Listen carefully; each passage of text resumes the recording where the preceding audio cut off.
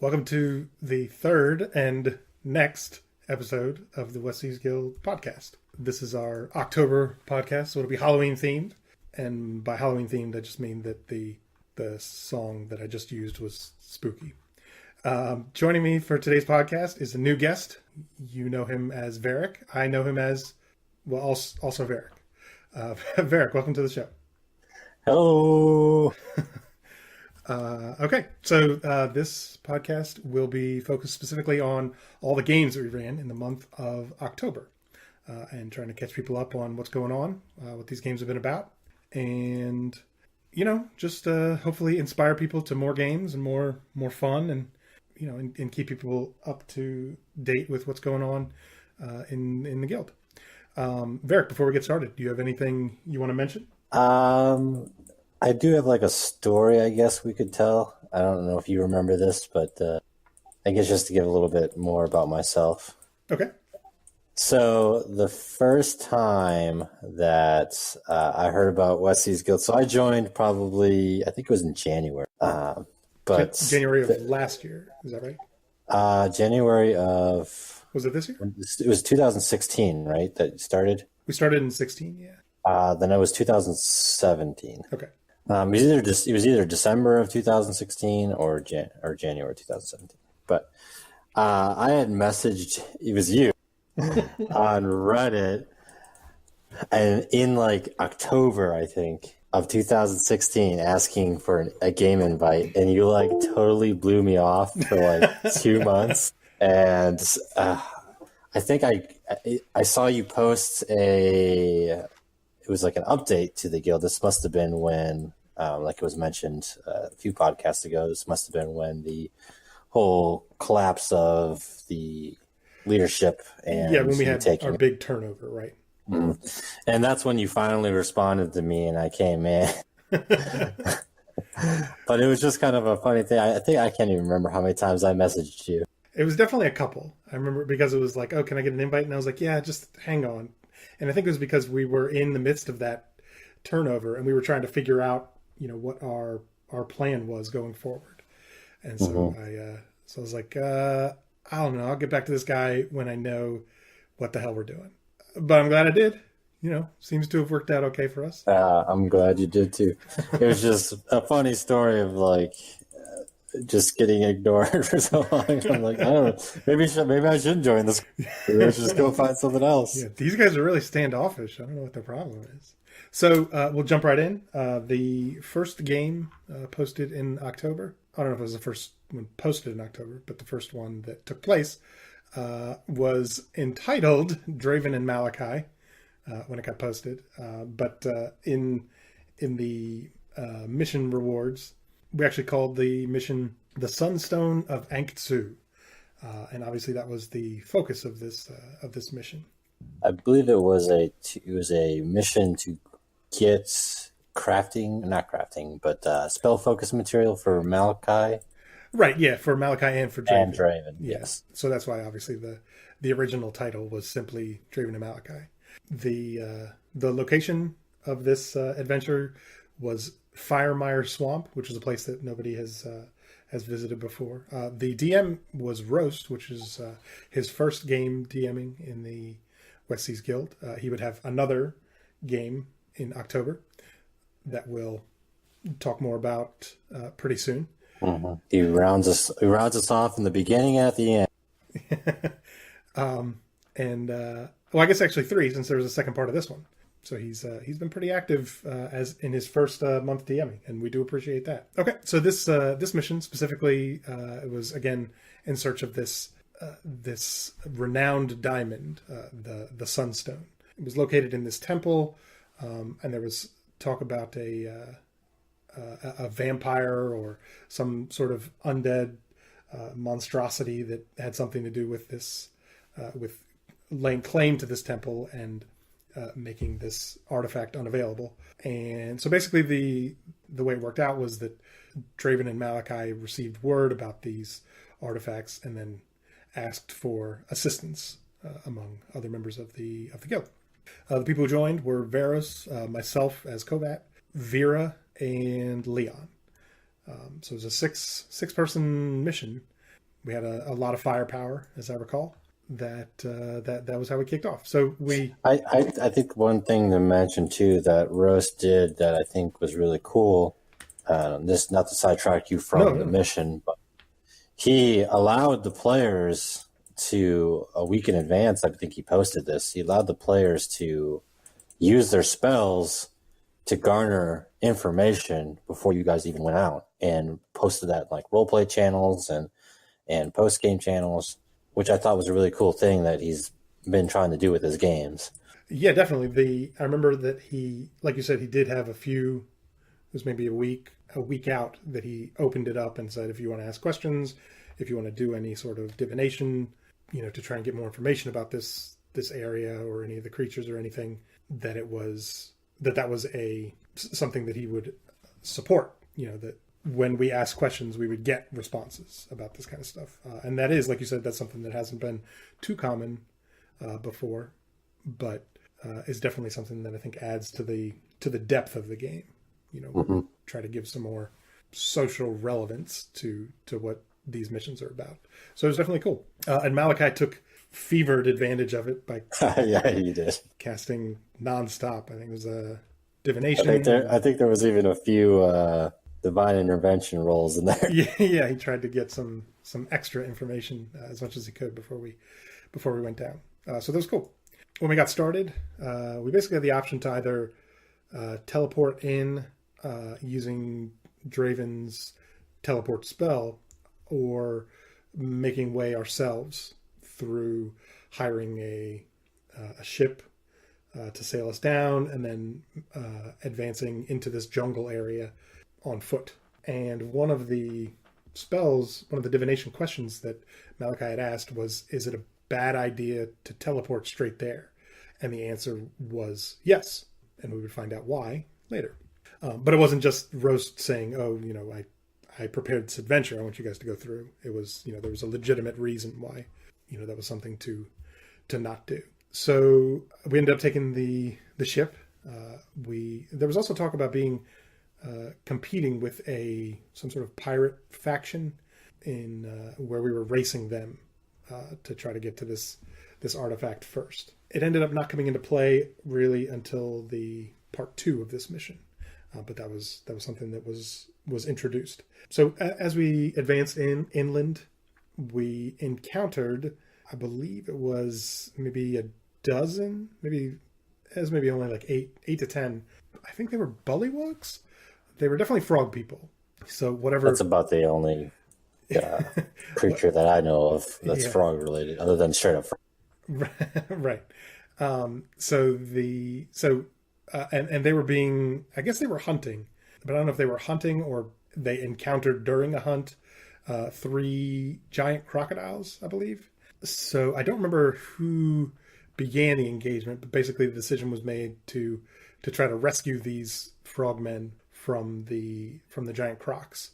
And we were successful in doing so, although at the expense of several frog people. And they greeted us with gratitude. Malachi cast tongues on Kovat, so Kovat was able to communicate with the frog people, and they got information about this temple. And they said that the temple's cursed. Nobody ever comes back from there, so we don't go down there. And we asked if they would take us down. There were some persuasion rolls, which inexplicably Kovat did okay with, and we ended up befriending these people and heading down.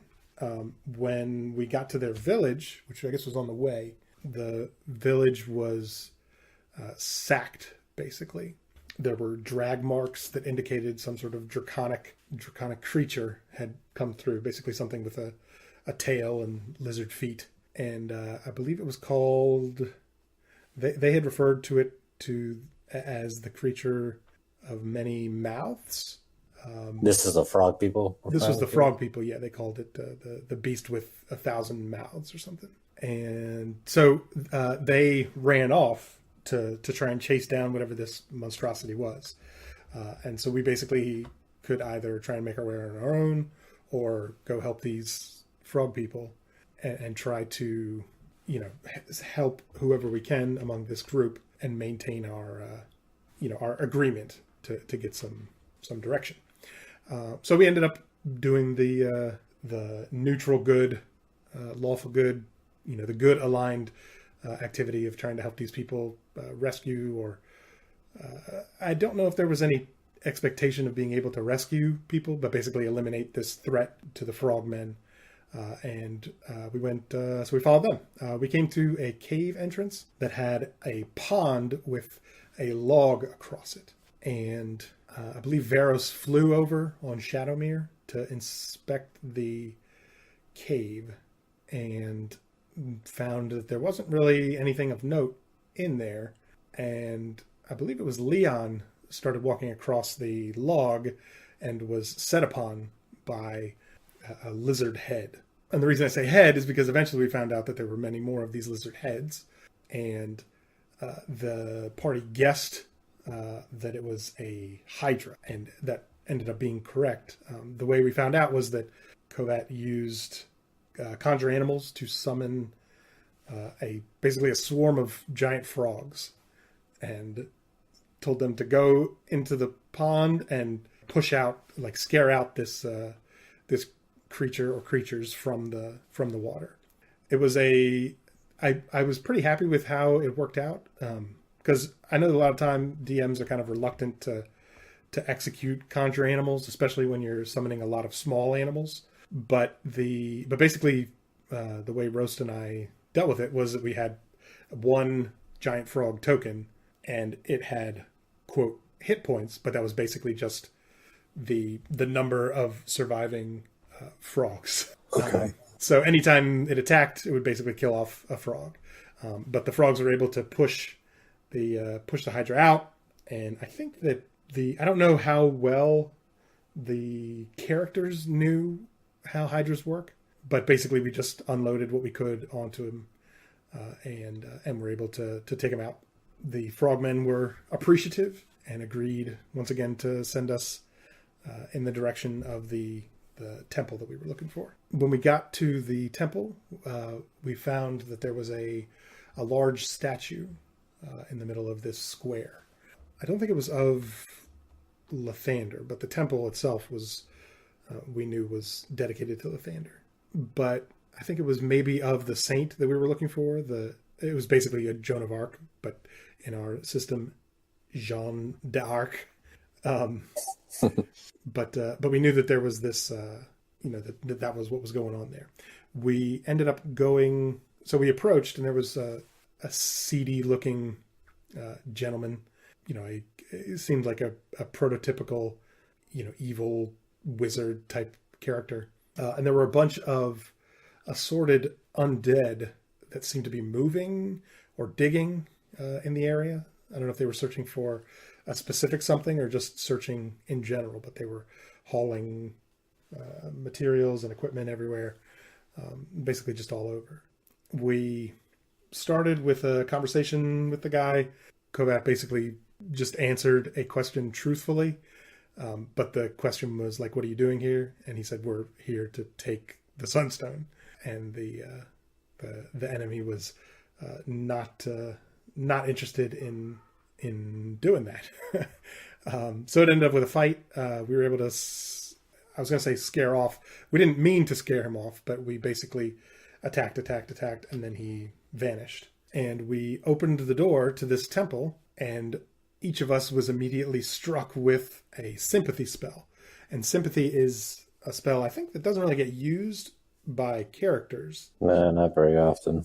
But in this circumstance, it was a really effective tool, because what it did was it drew our characters towards a prismatic wall.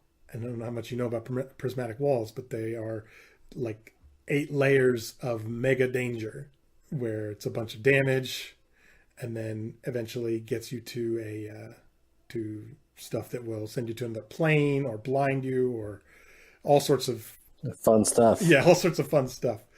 So most of the characters saved. However, Kovat and Vera were both unsuccessful in their saves. Vera, I believe, was second. I think that Kovat was resolved before Vera. So Kovat, he was pulled towards this thing once, and then he had another opportunity to try to do something. But the idea was that there's, that you do feel this compulsion towards this thing that you can see. So Kovat cast blindness on himself, and then in doing that, he was, I guess, freed from the sympathy in not knowing, which direction was this thing was. Vera was basically out in front. I think she was the one who had opened up the door in the first place because it was locked. Yeah. So she was tempted to go through this thing by this sympathy spell, and she succeeded on dexterity saves all the way through and just got inside of the prismatic wall. Like, she basically just dodged everything that was in the way and got inside onto this statue. So the rest of us were sort of waiting outside. Vera was able to remove the stone from this statue that ended up shutting down I can't remember exactly what happened, but basically Vera and I believe Draven were able to cooperatively take down the prismatic wall. And then Vera was able to yoink the sunstone. And then as we searched, we were able to find a secret compartment on this statue that had the bones of Saint Jean d'Arc. Didn't the statue ask you guys a question? Yeah, that's how it started. So the statue it asked a couple of questions, and then it said, what's your favorite color? And then the prompt was, if you said any color that was in the prismatic wall, then that whole system would activate. And there was discussion afterwards, because I think someone had said purple, and technically the color that was in prismatic wall is called violet. But, it was a cool trap. So that's it for another time. Yeah. So Vera was able to get inside and steal the sunstone. We were able to find these bones, which was a component that Malachi needed for. He needed a holy relic, and we got these special things. So that was the end of that first part, and part of the reason is because it went fairly late, and Roast said that he had other things that he was hoping to bring into play, but didn't really have time to execute all that. So the next week we had part 2, which I'm just going to cover now, since it's it's related, and it is pretty straightforward at that point. I think we teleported this time. Did we? I mean, you were in the game this time, so. Because I teleported. That's right, because we had that book from the first time that we had picked up. So we had a component that was from the location from the past month, so it was a guaranteed instant teleport. So just to get a refresher, this game, the second part, he kind of changed it a little bit, but the main group was not the same. Correct. It was pretty close. Yeah. Malachi, Leon, Kovat, Vera, Veros, but instead of Draven, we had Larissa, which is you. Yes, my character. So the second one, and you may remember pieces of it that I don't, but basically we showed up, and the first thing that we noticed was that statue that was at the beginning in that square was missing. We teleported into this zone, and we were using the book that I think Malachi was holding. And as we teleported, we were brought into this watery area that was completely enclosed. And we couldn't see anything because it was all murky swamp water. So after a few failed checks of trying to figure out ways to find an exit, I believe it was my character that crushed a blue elemental gem to summon a water elemental, and used the water elemental just to clean the water and find an exit.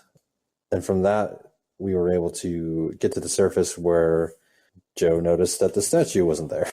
Right. And then we looked forward and we saw, was it the same guy? I mean, I guess you weren't in the first game, so you don't know. From what I garnered by the other players, it was the same foreman or whatever he was. Right. But there was also the aforementioned pirates, which I'll let you describe as they involve your character. Sure. So the pirates had some sort of additional, when we eventually got closer to them, we could tell that they were some sort of undead. Or They were grabbed by the foreman. So they must have arrived some point from your mission to this mission and were taken over by this foreman. Right. And the as we basically what set everything off was that Kovat saw this the captain of these pirates was a character from his backstory who he had who had basically murdered his friends and burned down his old temple, and was very much a moment of impetus for Kovat, where there was no more discussion to have. He basically blasted a max level, max damage, like 5th or 6th level shatter on that guy, which set off the encounter. The encounter was the whole mission. Basically, it was like a 3-hour complex encounter, which is very combat heavy, but it was a lot of fun. So we had these pirates at the front, and then behind them we had that the administrator or foreman, whatever the whatever terminology we were using to describe him, and then beyond that we also had, I believe, the door to the temple opened again, and there was a golem who exited, as well as a woman.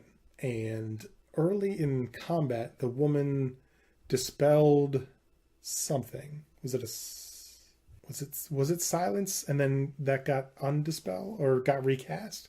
Yeah. So when we found out that she was a caster, I believe Malachi did silence, which got they knew the foreman was a spellcaster. That's right. So Malachi casted silence in the area of the foreman, which her appearance into it was immediately dispelling the silence and coming into the.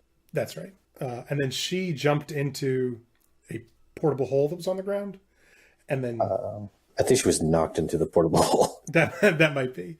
That's right, because they were saying they wanted to push one of us into the hole as like a sacrifice. Yes. Yeah, for compensation. So as that the engagement got set off and this woman went into the portable hole, from the portable hole came a Baylor, I think. Yep. And then that was dispelled. It was like a true polymorph casting. And I believe Leon. That was me. That was me. With your, massive crazy charisma bardic bonus. Yeah. Jack of all trades. Yeah. You were able to dispel that, which transformed her back into her true form this time. That's which right. was the form of a lich. Right. And that's when combat sort of started to take shape. So Malachi cast another silence to try and keep her spellcasting to a minimum. And then he put out his Revenant, which at first didn't seem like it was going to be a huge deal. But as combat went on, the Revenant constantly was able to hold the Lich in place inside this silence. And basically everything she tried to do was negated by being inside silence. Well, a lot of it also had to do with the fact that a lot of the Lich's abilities didn't have effects. Were not. They couldn't target undead, which the Revenant was an undead creature. Mm-hmm. That's right. So she was basically just stuck there watching while the rest of this battle took place.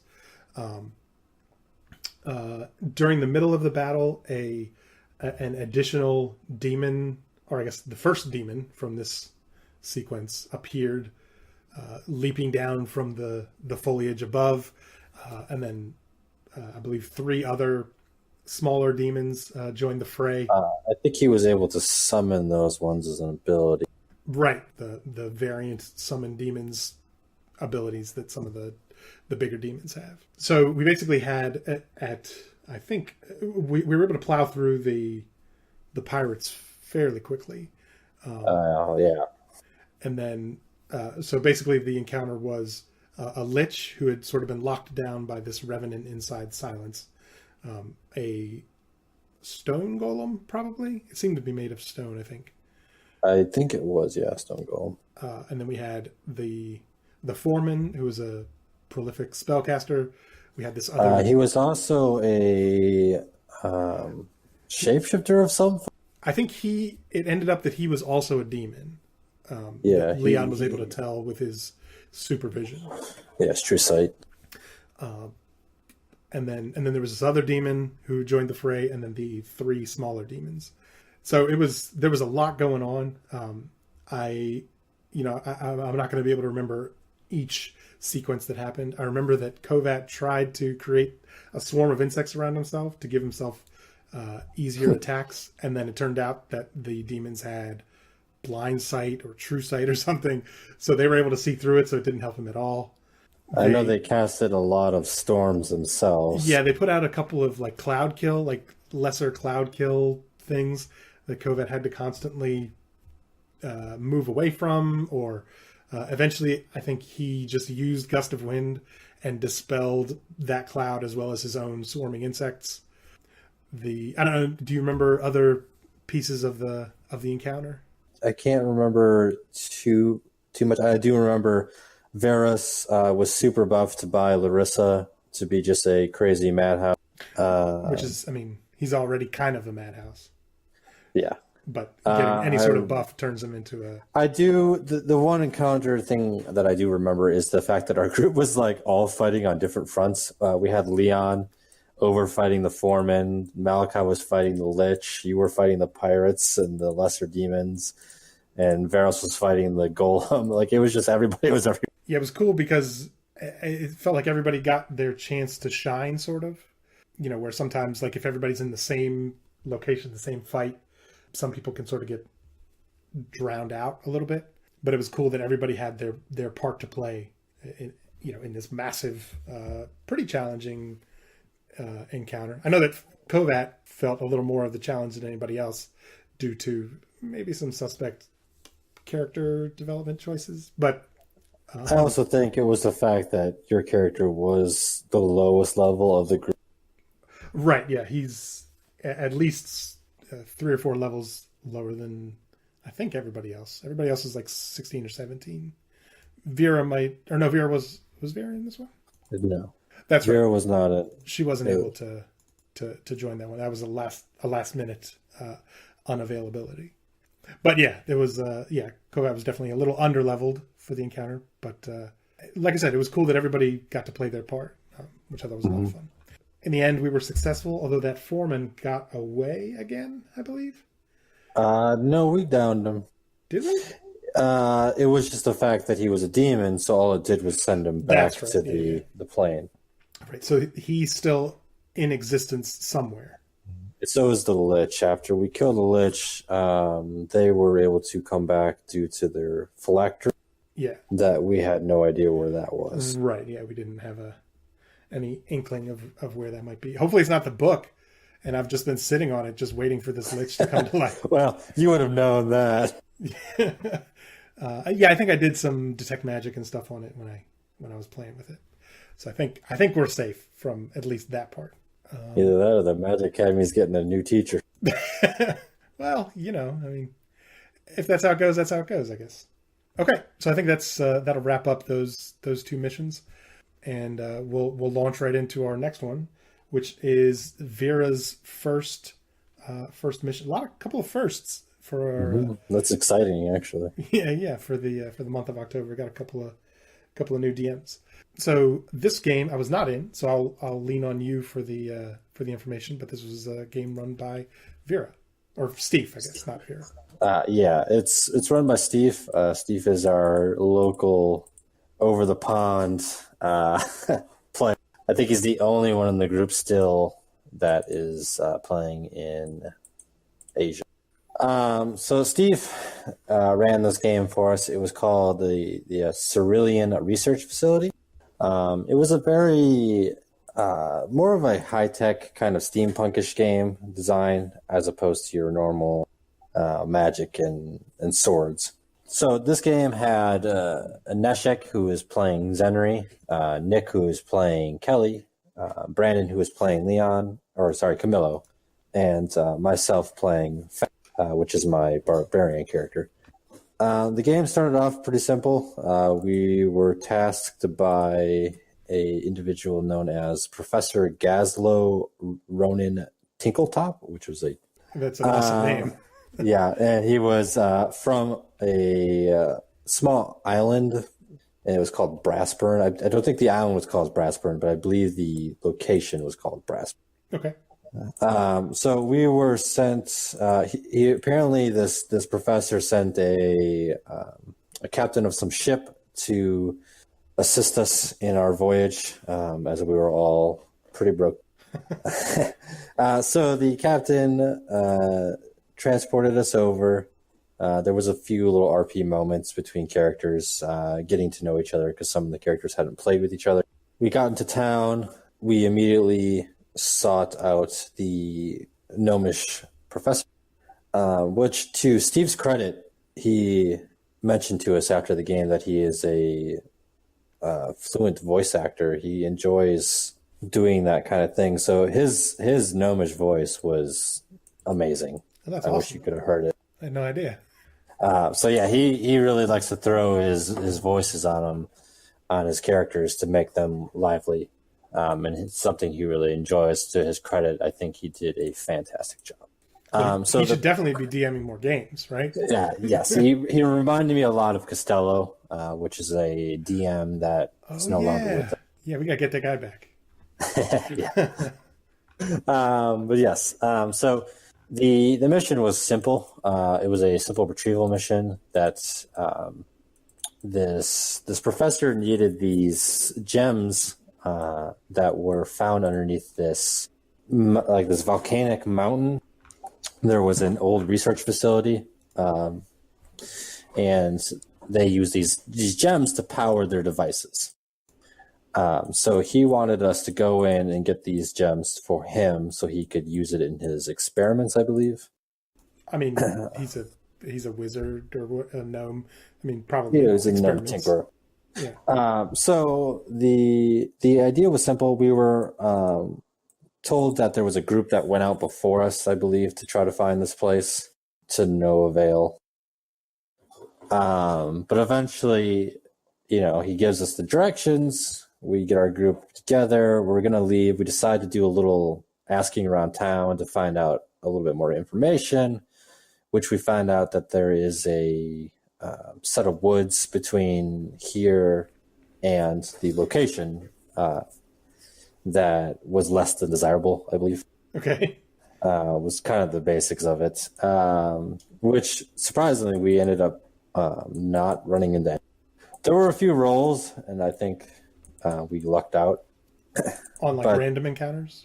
Yeah, I think there was supposed to be some kind of encounter that was set up in these woods, but we lucked out and didn't. We avoided them.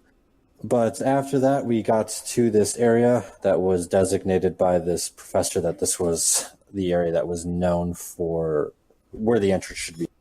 After a ton of failed attempts at finding this location with really poor rolls, I was just being stupid, as most players will be. But I told Vera that I was going to have Fang do like the old Indian style, put the ear to the ground. Okay. And lo and behold, the machines were humming underneath the earth. Well, that's fortunate.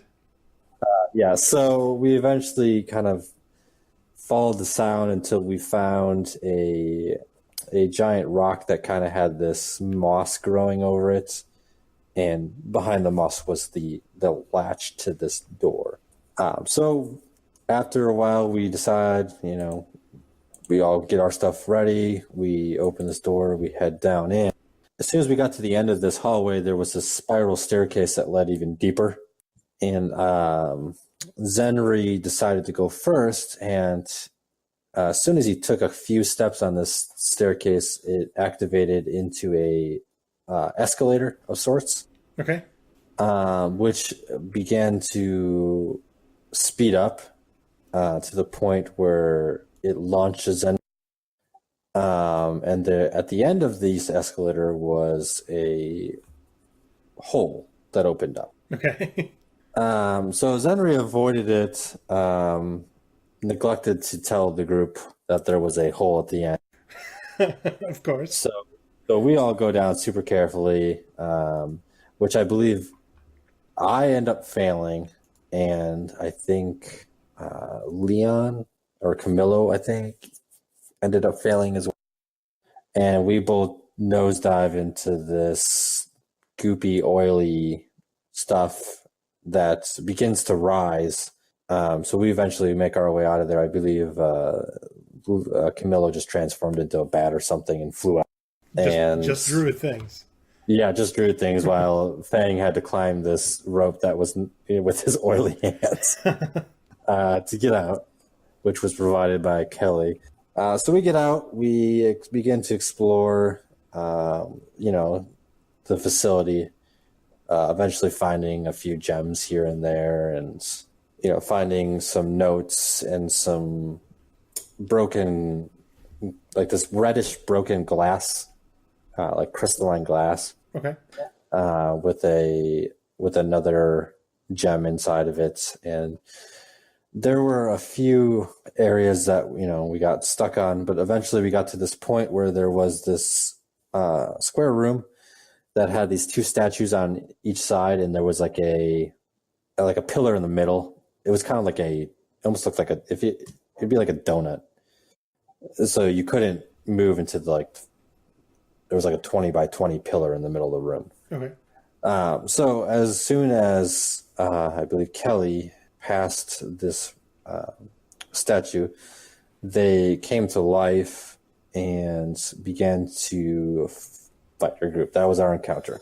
So we were fighting these, which I believe were refigured flesh golems to be like robots. Mm-hmm. And then we also fought these three or four like regular smaller robots. So Fang and Kelly were taking on one of the bigger ones. Fang was very useless because apparently these things were all immune to his weapon. Yeah, golems. And so he decided to go and fight the smaller ones to help out, while Kelly, with her vast array of magical weapons, decided to deal with the big one. Along with Zenri, our local wizard. And then me and Camillo were fighting the smaller ones along the lines of just being a frontline tank for... So the battle was ensued for a little while. Eventually we defeated them, rusted up a little bit, and pressed on through the rest of the facility. After a while, we were kind of at a loss of what to do.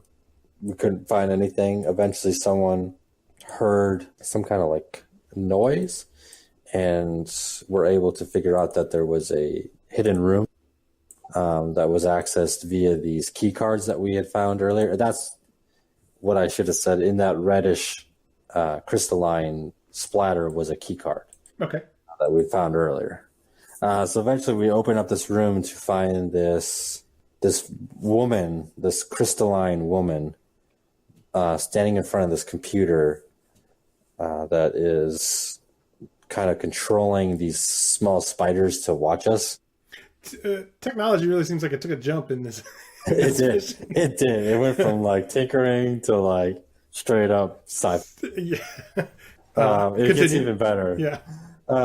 But so a brief interaction later, which, Steve told us that he was prepared for us to either fight her or befriend her, which uncharacteristically West Seas fashion, we decide to Okay. which she eventually, tells us what the facility is, and, it says that, it gives us a kind of a brief tour and understanding of what this place is, and we eventually go to this area that she unlocks because she has the second key card, which you needed both key cards to get through. Right. Gotcha. It takes us on this small elevator that brings us to this dock that's attached to the ocean, and we decide to get on this, which is her own transportation vehicle, which is a submarine. Of course. So yeah, we're going a little higher in technology now. which he takes us back to the city of Brassburn, which we're able to get our reward.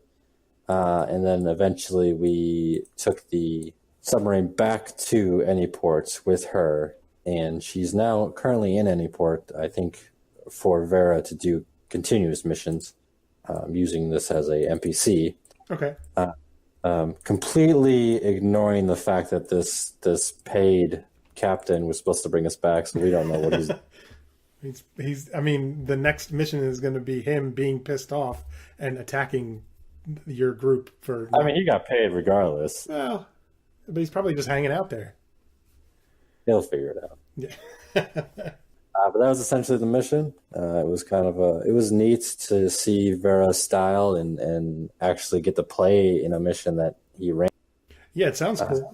Like you said, the voice acting thing sounds really, really exciting. Like being able to, because I mean, we feel silly doing voices, but it definitely does add to the, to the humor and to the immersion of the experience. So yeah, that's awesome. I definitely hope I can get into one of his games in the future.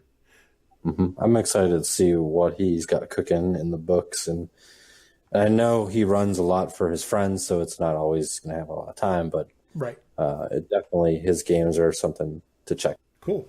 So after the Cyrillian research facility, we moved on to Rescue from the Depths, which is Joe's mission. So I don't think any of us played in it. So Joe, tell me what that mission was. Well, certainly somebody played in it. We got a couple of guys. Yeah. I didn't play in it, so I have no idea. Right. Yeah, Rescue from the Depths was a mission. So there's been sort of a long-term adventure arc involving Galen. And he had an adventure. It was actually intended to just be a one-shot where he dealt with an illithid a long time ago. And it ended up the illithid got away, and his escape ended up costing a town many of their lives. So this is a reappearing baddie. Yeah, it was. Yeah, so this is basically Galen is interested in trying to tackle this guy. Trying to take him out because he thinks that he's a danger to everybody, which is pretty standard fare for mind flayers. So there was the hook was that there was a merchant that had some potential information who had gone missing. And when we got into the mission, it was that there was this merchant who had visited the town of Greensboro, where the original mission was, shortly before problems had occurred, and Galen was seeking him out to try to glean some information on what the illithid might have used in order to take over the town, and how to prevent that or counter that in the future. So this merchant was coming to Anyport, but hadn't arrived. So the group was Roast, Galen, and Camillo, and they set out to basically retrace the steps that this merchant would have come down. So they were retracing the steps. They ended up coming upon an overturned wagon that had some ogres and ettins picking through it. The group spoke briefly, and eventually things turned violent.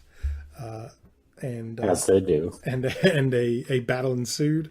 Eventually, the party was able to eliminate a few of the ogre kin, or giant kin, I guess they are. And there were two remaining who surrendered. And they, Galen, I think specifically, sort of tried to talk them into assisting with this investigation. They ended up finding a path where people seem to have been dragged to the west, and when they talked to the Etin and the ogre, they found out that they hadn't attacked this wagon. This wagon was just sort of here, and they were picking over it. So the group, along with the two new folks, followed the tracks out to this to the west. Ended up finding a cave. They told the Etin and the ogre to wait outside and basically figured that they wouldn't do that. So they ended up negotiating with the Etten and the Ogre to stop attacking people in this area, and they tried to give them a location where things would be, where it would be okay for them to hang out and hopefully not bother humanoids. Like a hunting area. Yeah, I mean, I don't know how effective. I mean, I ran the game and I don't know how effective their intentions were, but that'll be an adventure for another time. So they went down this cave and they ended up coming into sort of a larger cavern where there was a group of these monsters that none of them had ever seen. And they did some checks. Eventually they determined that these were creatures of ancient lore that hadn't been seen or talked about in many, many years, called slivers. And slivers is something I drew from Magic: The Gathering. It's a creature type. And these slivers, as they would sort of find out over time, kind of buff each other up when they're nearby. So one sliver might have the ability to increase the damage of every sliver around it. So when they're in groups, there's a lot of synergy on making each other stronger. But initially, they didn't have any sort of hostility. These creatures just sort of existed. And one of them approached the group and used telepathy to simply say the word Glaylin. And Glaylin obviously was, confused by this. But basically the group followed this one that, had said their name and sort of directed them to move through this cavern. As they walked through, they passed a number of these other creatures of varying shapes and sizes. They got to a point where there was a large, basically the area had rock and stone kind of blocking it. They used mold earth to clear out enough of a path to get through. They came into this main sort of final chamber where they found the two merchants that they were looking for. When they were sort of directed towards them, and when they tried to rustle the two merchants, one of them was basically being used as a telepathic vessel for this illithid to communicate. And he basically tried to explain to Glaylin that this was that instead of most mind flayers who would normally look to consume the brains of humanoids, his intent was to allow them to continue to exist and to feed off of them telepathically, which sort of turns them into kind of semi-mindless drones, but has them continue to be alive. And he says, isn't this much better? How you get to continue to exist. You're not consumed like all of my brethren would have the world be. So it was there was some back and forth. Eventually, Glaylin, basically set a hard line, said no, we're not doing this, and the illithid through this merchant directed him to smash a medallion that was around his neck, which severed the connection and also severed the control that he had over all of the slivers. And the slivers became instantly very, very hostile. And then basically the rest of the adventure was just them fighting their way out of this cavern. And as they were doing that, they sort of learned about how these different creatures could benefit each other by creating tougher carapace, which mechanically increase their AC. There was one that has sort of the feature of the War Domain Cleric, which bumps your attack roll up by 10. But it's a refreshable, a rechargeable feature. A rolling 1d6 recharge. 5 or 6, I think, or it might have just been a 6. And, just basically other ways that these creatures benefit each other in combat specifically. And yeah, so Camillo used polymorph, which almost immediately he lost concentration on. So he turned into a Tyrannosaurus for like a round and a half. Nice. And then the rest of the adventure, they were sort of going through their normal combat activities. The slivers individually were not particularly strong, so they were able to fight their way through most of them without too much trouble. One of the one that I really was the proudest of was one where it would make you make a charisma save when it hits you or when any nearby hits you. And if you failed the save, you would lose your lowest spell slot. Okay, so it's like sucking the magic out of you. Right, and it was mechanically, the save was fairly low. I think it was like a DC 10 or 11. But having that out there as a possibility, I feel like was a fun threat. Where once you know that can happen, it's like, oh, I don't want to cost myself these spell slots. So I want to, we got to eliminate that guy ASAP. So that was fun. They were able to fight their way out. I don't know how close it was to a danger level, but they seemed concerned and challenged, which is really all you can ask for. They were able to get everybody out. They saw that, obviously the ogre and the Etten had disappeared, and then they headed back to town. The resolution of the merchant's information has yet to be determined.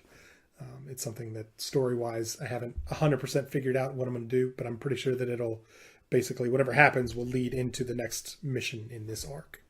But that was Rescue from the Depths. Nice. Okay, and I guess we're going to launch into the next one, which I think I played in the next day, and you were also in this game, so we can sort of share our experiences in it. This was the Monster Hunt Rust. Why don't you go ahead and give us the intro? So the intro was a notice was posted in the bar about a local smithy requesting, which I believe we called Tristan because there was no name for the local. Right. It was asking for the West Seas Guild to come and investigate why this weird fungusy rust was basically destroying all his equipment in the shop. So the group went to investigate. Upon entering a shop, we noticed a rust trail that was leading from his shop down to the sewers. And that's where we kind of started the adventure mainly, as we all descended into the sewers of Anyport. And then we had a fun moment right as we got into the sewers. Oh, yes. Fume has a recent history of losing his familiar quickly. In the previous mission, he lost her basically as it was just trying to detect the intentions of the Muffin Man, and then this time someone lit a torch with this inside this sewer area where there was apparently a concentration of gas. Of methane or some methane-like gas that sort of lit the air on fire. And it was not a huge amount of damage. I think it was only like 5. I think it was like a 1d6. Yeah. But it was enough to blink my pixie out of existence. But that would come into play a lot. And we didn't really talk too much about it. We probably could have thought of a different way to try and resolve this. But basically, it prevented us from lighting torches, and nobody had the spell light. So we were kind of wandering around in the dark, and most of us were okay with that as creatures with dark vision. But Morior was a human without that capacity. So to give a quick brief of who was in the game, there was Fume, which was played by Joe, myself as Fang, Vera or Steve was playing Gareth, his new wild sorcerer. Malachi was playing his new character Rukon, and we had Varus, who was playing his new character Morior, who was the only one of us, I believe, that didn't have dark vision.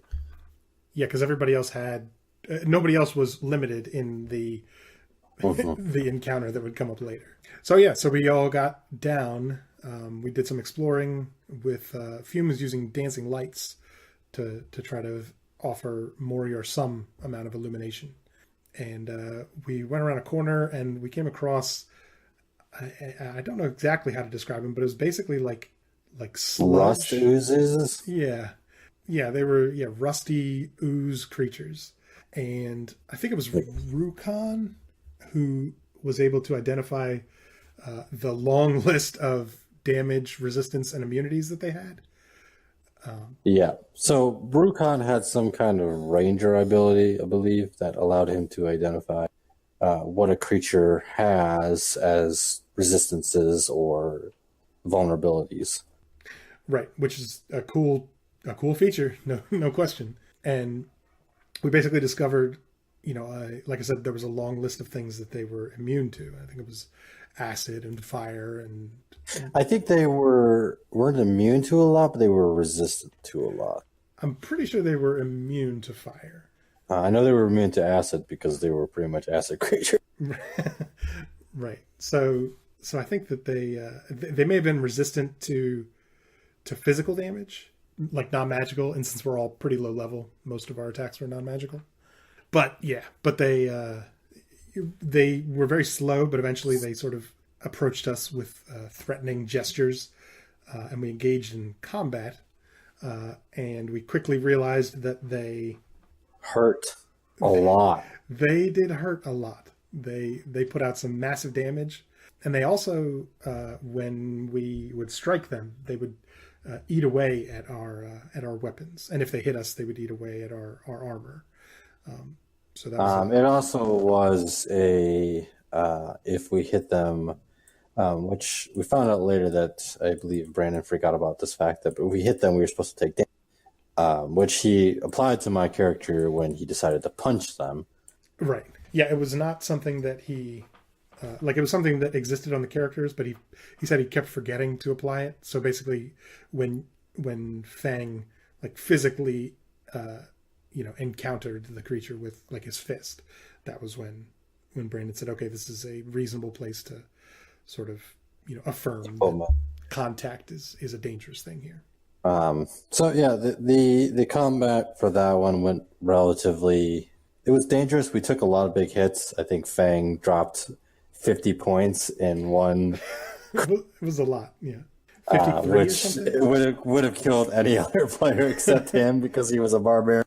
But yeah, the encounter was a little bit rough. I think we fought. It was either 2 or 3, but we eventually downed them and began to explore more of the caves, which eventually we came upon a group of kobolds that were trying to pry loose a grate that was stuck in the. And Like a massive grate. Yeah, I'll let you tell the story about this one because I think this one involved Fume a little bit more than it did Fang. A little bit. It was mostly Gareth actually who was the point man. But yeah, basically we got some information from them about why they were doing this, and they said that it was to feed the master. And we learned that this master was some creature that wanted to eat everything. When the master was fed, it would grant power to the people who fed it. So eventually, we asked them to take us to the master, and they were okay with that. They I don't know if we had to roll particularly high. I believe they declined at first, but then we offered to help them remove the grate as an offer. Yes, that's right. So that they could provide this great offering for their master. Great offering. Well, yeah, and yeah. So we ended up again. Fume was using dancing lights to try to offer some minimal illumination for Morior, and we traveled through the sewers, following the kobolds. Most of them looked the same, but there was one who had like an alchemical assortment on his body. He was definitely the leader of the group. Yeah. Which I think, what was his name? Jig. Jig. Jig. Yes. And Fume being a character focused on potions and oils and perfumes, was definitely very curious about Jig's setup. So yeah, we followed them through the sewers. We ended up being brought, face to face, basically, with with the master, who looked like kind of a rusted over golem. It was kind of like a mix of like a golem. Like the way he looked was looked like an animated arm, but I believe his stat block was like a golem mixed with these rust creatures. Right. So I don't think he had acid immunity, because that ended up being something useful that we could do later on, where if we would hit him with acid damage, it would take away his immunity to physical damage. But obviously this ended up in a fight, from what I just said. But so we started this conversation, and you could tell that this master was bad news. The conversation was going. We were able to tell very clearly that, that this, whatever, whether it's the golem or the living rust that was, controlling the golem, but something about this was not just looking to consume sewer grates, like that. Eventually its attention was going to be brought to any port. So Fume decided to cast Phantasmal Force on Jig to make Jig believe that one of these tendrils of rust was coming towards him and trying to consume him. Jig failed his save, so he saw that yes, this is happening. And what's funny is that as this was happening, the actual master was, in fact, reaching a tendril towards one of the other kobolds. So if we had just waited, Fume wouldn't have had to cast a spell anyways. It looked cool. Yeah, but it was fun. I enjoyed doing it. And then so we set off into combat. And now the thing about Dancing Lights is that it is a concentration spell. So once Fume cast some other spell, the lights went... Which was, I believe, Phantasmal Force. Yeah. So yeah, when he cast that spell, the dancing lights went out and Morier was utterly blinded. And that did not change for the whole battle. Yes. Morier was very ineffective. He did, however, he was a rogue, I believe. No, a fighter. He was a battle master. Yes. I think he might have been mixed with a fighter or something. But he was able to give, using his battle master commands, to allow players to take reaction attacks. So he was doing a lot of that, and a lot of just, I think, hiding and doing something. He was basically hiding, and then using his action, to direct other people. And we checked the wording on that feature, and your ally only needs to be able to hear you. They don't. You don't need vision necessarily to do it. So he was able to direct, I think, Rukon into taking extra shots at at whomever was available to shoot at. And then the kobolds, the two guard kobolds died pretty quick, I believe.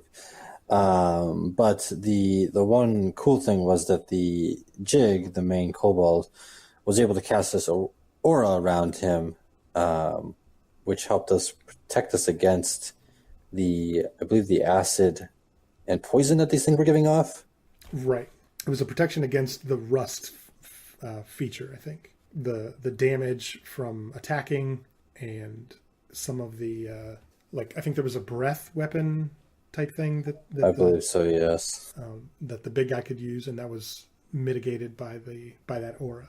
And he had said that Jig was prepared for this day. He knew that this was potentially coming, so that's why he had this aura available.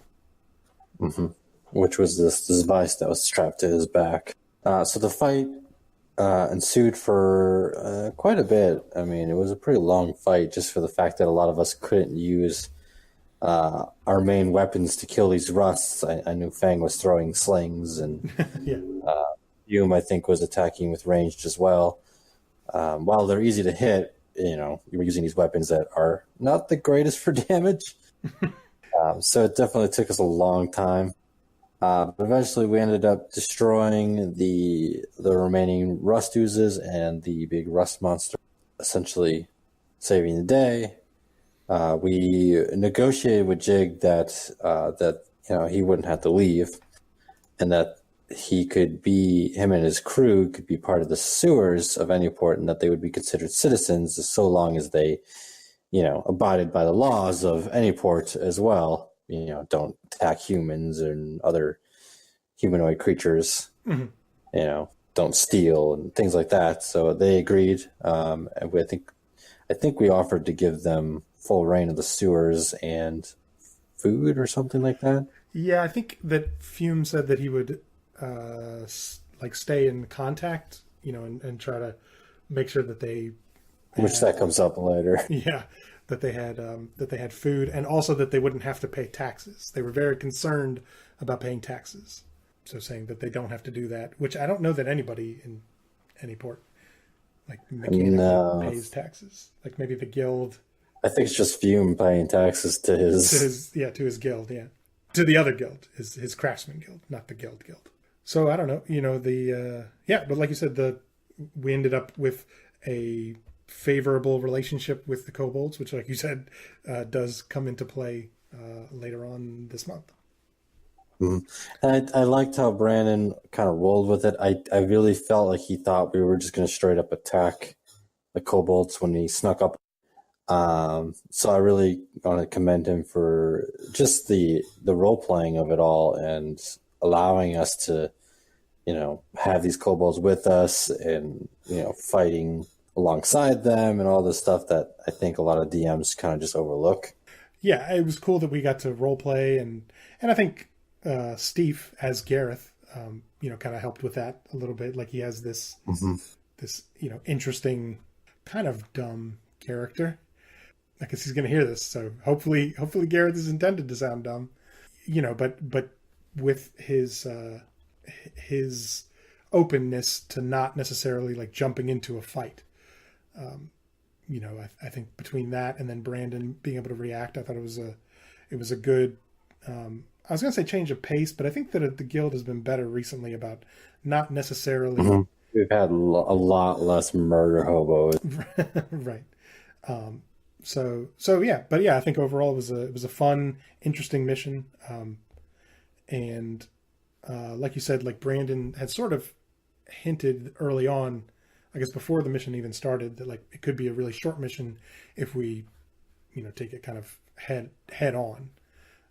But because we wanted to play D&D and not just, kill things. Right. It ended up going pretty well. Also, I think, with how strong the damage was on some of those creatures, like if we had been less cautious, we might not have survived, Well, that's the end of Monster Hunt Rust. Let's jump into a mission that both of us were part of, but you were the main part of, which I believe you entitled Crimson Tide. Yeah, so I entitled this one Crimson Tide. I was super lazy and I did not push the stuff in mission reward, so it is in between Brandon's two games, which we'll talk about his next game after this one. But so Crimson Tide is a game that I was working with Caduceus, which is James' new character, in order to kind of get the ball rolling. My thoughts on it was it's an arc that eventually will take place over time. But the way I started it off was that Caduceus awoke in the middle of the night from terrible dreams. He had visions and flashes from a woman being mutilated and drained of her blood and basically just tortured to which he never saw her die, but basically being tortured to death. Okay. And he got flashes of a man in a reddish, like dark attire, standing before a town called Horkston, which he saw the sign in the vision, but the man was surrounded by nothing but death. And the group, after those brief visions, he was also awoken and was hearing a voice telling him to save this woman, which he garnered was his god, which is Caduceus' god was Pelor, Right. The god of the sun. So he got this vision. He acted upon it, role played a little bit, grabbed a few other people to join him in this quest to go and save this woman in this town of Porkston, which he did a little research to find out where this city was, which I'm not big with geography and trying to place a city, which Joe can attest to, I think, a lot. In a West Marches style, you don't want to limit other DMs. So a lot of our locations of cities and things like that are a little bit fudgy. So I deemed it as just being on a different island in the West Seas. So they had to take a boat, which Caduceus and the group, which was played by, I believe, Fume, Caduceus with James. There was Philibert, which was Nick's character, Camillo, which is Brandon's character, and I believe there was Taz, which was Rose's character. I think that was all of them we had in that game. I don't think... Rose was in it because I was going to have him play the mercenary that joins later. But, yeah, Taz was in it, but Camillo was not. It was Zenri. Ah, yes, Zenri, sorry, not Camillo. So yes, Zenri was in it. And so the group were met by a captain of a ship who had a vision that a man fitting Caduceus' description would need passage to a port on a different island, which the group decided to name it Every Port. Right. And I think I'll let you take a brief, talk about the next scene, because I think this one involved Fume. Right. So as we got to Every Port and we started to poke around, Fume decided to try to use his guild contacts to see if he had any way of getting some extra information. There was some sort of role involved, but basically Fume found a contact in another craftsman contact from his crafting guild inside the town, and I don't think Jerry was his name. That's right, Jerry. I did write that name on my character sheet to remember that. And Jerry was dealing in trinkets, but then secretly was also dealing in, I think, exotic animals. Yeah, he was like an exporter of walruses. That's right, yeah. And but yeah, so Fume was able to talk to Jerry to try to get some information about Horkston and just the area in general. Found out that Horkston was through a forest that had some heavy danger to it. There was danger in the forest, and then also there was concerns about the town of Horkston as well, where people I think hadn't heard from them. Jerry provided the information that Horkston had been absent. They had not had any news from the town, and a lot of it had to do with that at the edge of this forest there was just darkness that was enveloping the whole area. And by darkness, I don't mean like the darkness spell. I mean like it was perpetually nighttime. Right. Yes. So after the brief information gathering with Jerry, and I think you guys talked to a few other random townspeople, you eventually made your way out to Horkston, following the road. There was a brief, I think, talk about trying to get a donkey. No, that was in a different mission. That was in that was actually in Vera's mission, where Zenri kept trying to buy a donkey. Right. Yeah. No, I don't think there was any donkey purchases. Which was also really funny, but you would have had to be there. It probably wouldn't be funny to other people. Right. But anyway, so they set off, getting to the edge of the woods, which they noticed that the sun was going down at this point, but it was still, I think it was like 5 or 6. You guys still had another couple hours of daylight. But as soon as you guys entered the outskirts of the wood, immediately it went from day to night.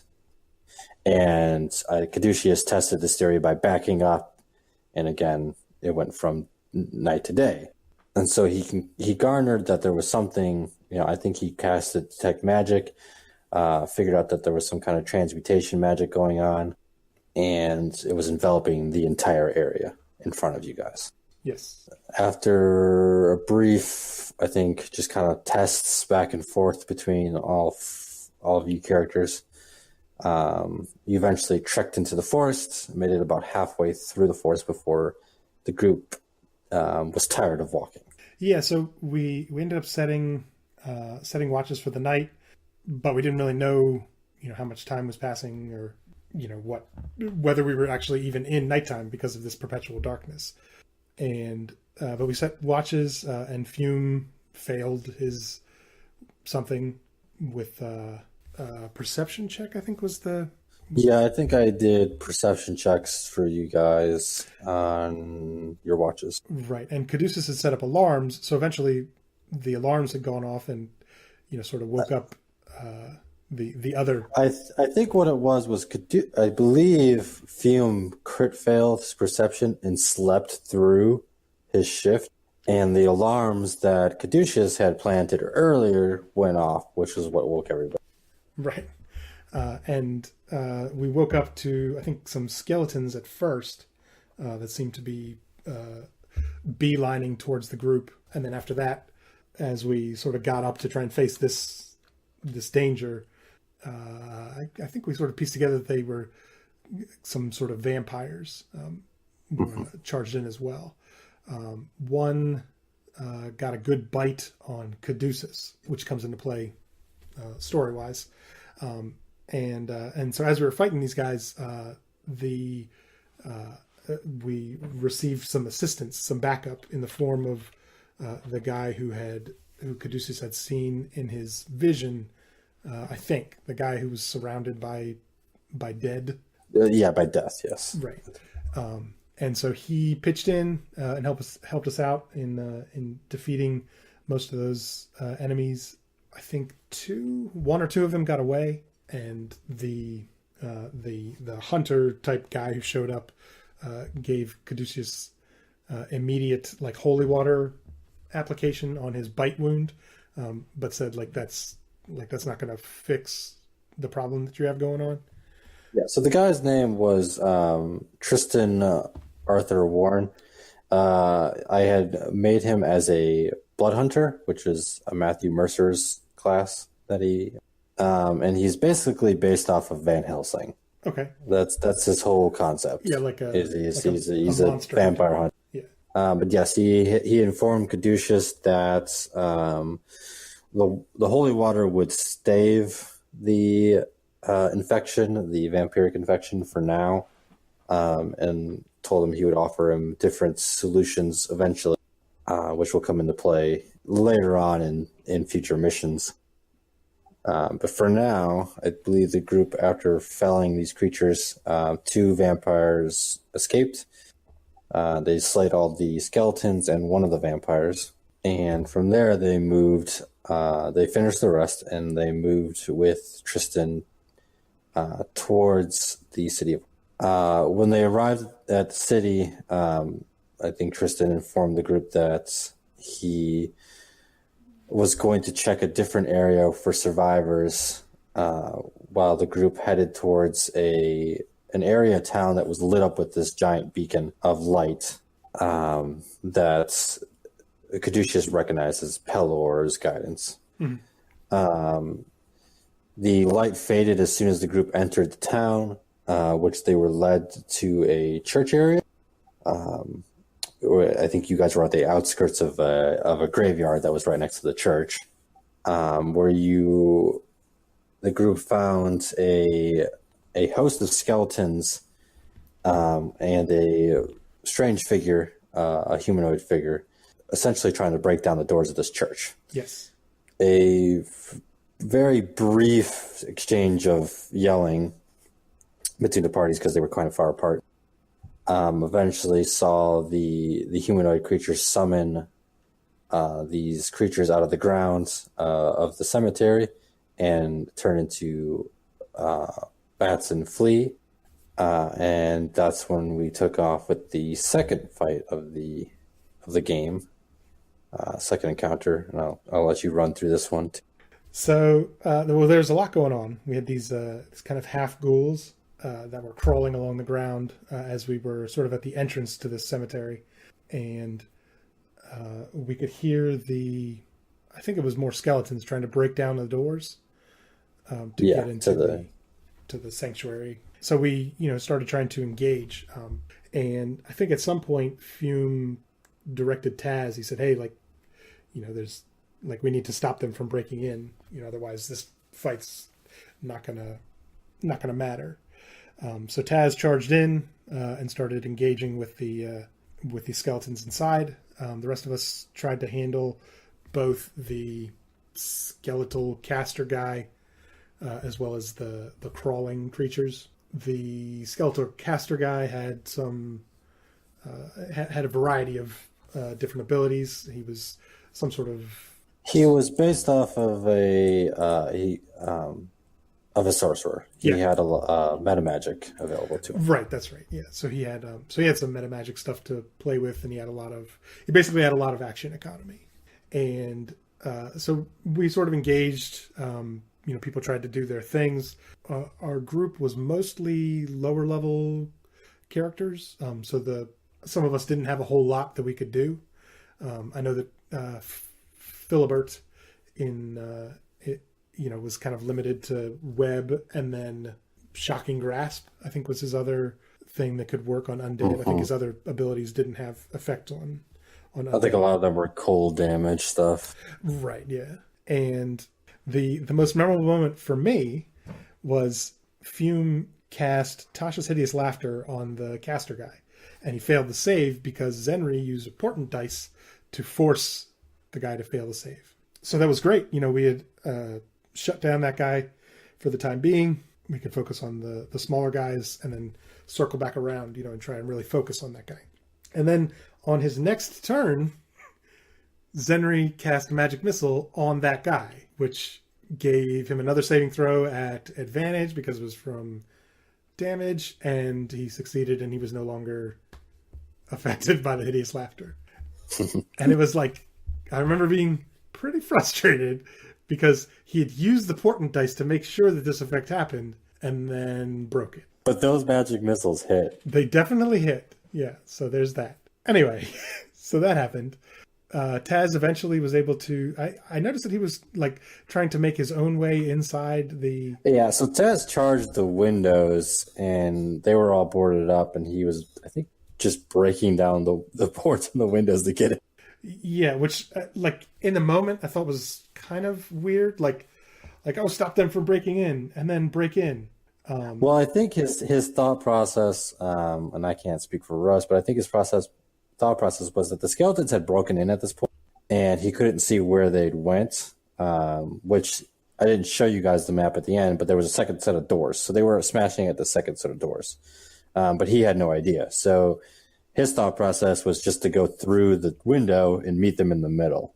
I gotcha. Okay, I must have missed that in the course of the fight. There was, there were 3 different fronts that things were going on, and I was pretty frustrated about losing my Hideous Laughter.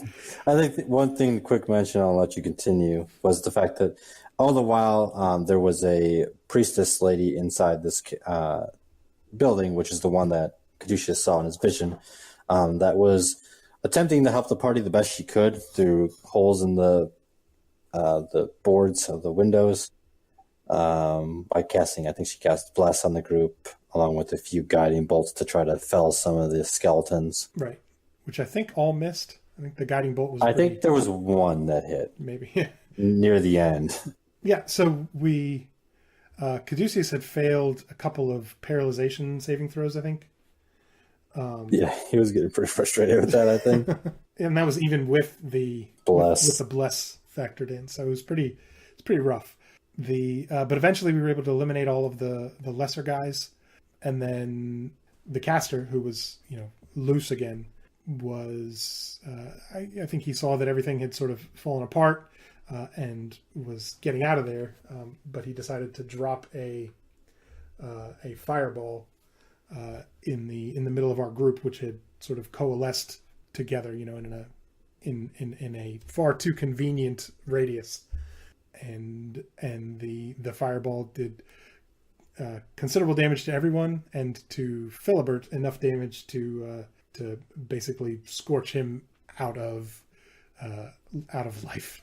The as combat ended, because that guy ran away pretty quickly and none of us really felt like chasing him down, the woman exited and cast Gentle Repose to preserve the opportunity for Philibert to be resurrected. And then there was a good amount of exposition afterwards, talking about this group of So the after the combat, we didn't do a whole lot of RPing beforehand because due to James being on the West Coast, the game ran really late into the night. So I was trying to keep it at a relatively 4-hour game, so we kind of rushed through a lot of stuff, allowing Kelkin and Nick to go to bed. Right. So after the combat had ended, I think it was you, Roast, and James did a little bit of RP to kind of get just an idea of what's going on, who this group is, and like why are they after this woman, which I don't think you figured the last part out. You did figure out that the group was called the Crimson Fang, and that it was a very old family of vampires that has existed in the area for a long time, but had been very quiet as of late.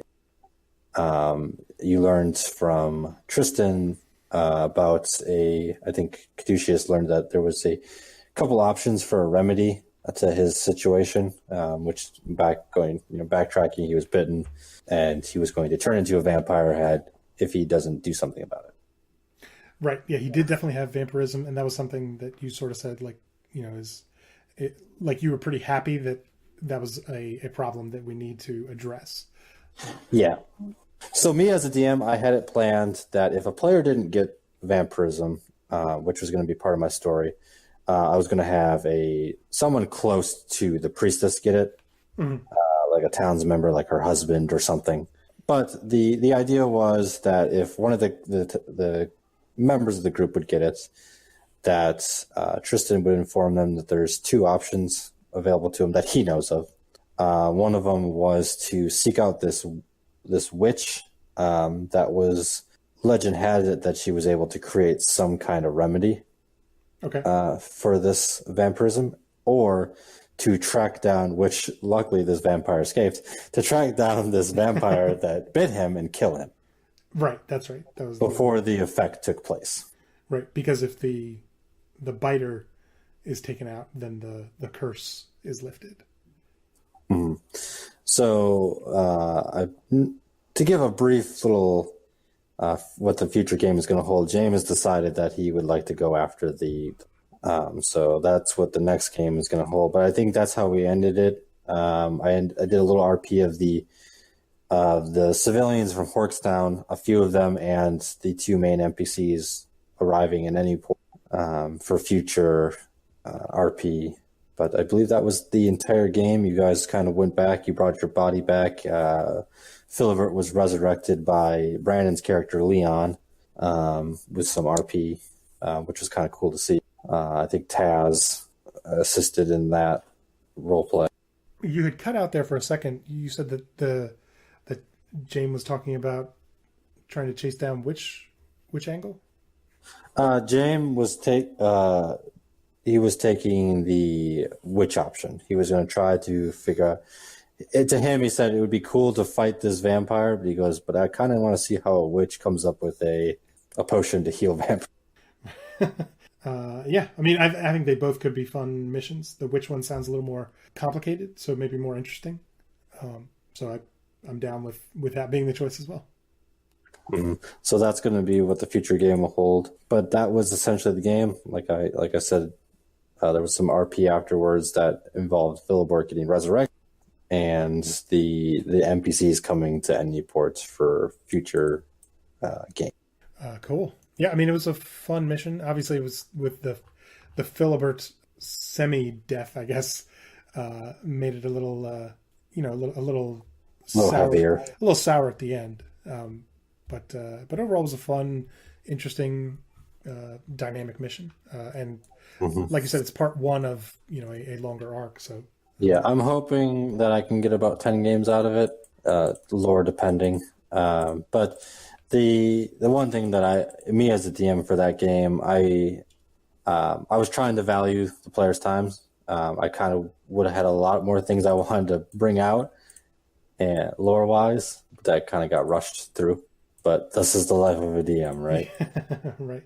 Okay. Our next mission, which is one that you were not around for, was the follow-up to the Rust mission. Yeah, so this is Brandon's second mission of October, which involves the Missing Kobold Krew is the name, which I believe he brought Jig up for a little RP, which was the Kobold with the contraption on the back, to find Fume and talk to him about his missing crew. And that's, I believe, the hook for this adventure that you played in. Yes. So he had reported that during their cleanup, which was part of the agreement that they would try to clean up the rust that was lingering in the sewers. And as part of that, they found an illusory wall where this passageway that they didn't know about existed. So Jake had sent some of his minions, I guess all of his minions eventually, through this wall to investigate, and none of them had come back. So Jake came up topside and asked for assistance. So the group was Gareth, Morior, a new version of Philibert. I think he was called Phil and was more roguish, and then Fume was the fourth character.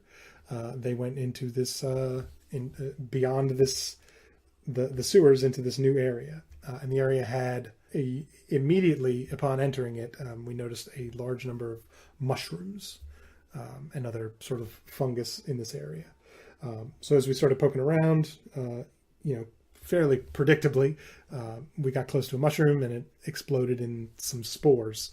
And I'm not sure what the first one is. I think it created like a ringing in someone's ear. It's like a deafness. Yeah, it was. So. They were deafened for a period. And as we sort of went through these caves, we encountered a number of these sort of mushrooms, and we eventually came across some kobolds who had some of that rust sort of embedded in their bodies, and they seemed to be just collecting mushrooms. But they weren't hostile. They were just doing whatever harvesting they were trying to do. We went through. We found some other different mushrooms. One of them caused a level of exhaustion. One of them, I think, knocked or paralyzed some people. I don't know if there's maybe another. There might have been another one that was just damage. But there were, various mushrooms that, had reactions when we got close to them. Eventually we came to a point where we found another sort of, it wasn't a kobold. It was some sort of like, I'm trying to remember exactly what it looked like. I remember when everyone else saw it, it was behind a dynamic lighting layer. So when Brandon zoomed in, it was like I couldn't see it. And I was like, oh, I'll just remember to look at it later. And then I don't think I did. But I think it was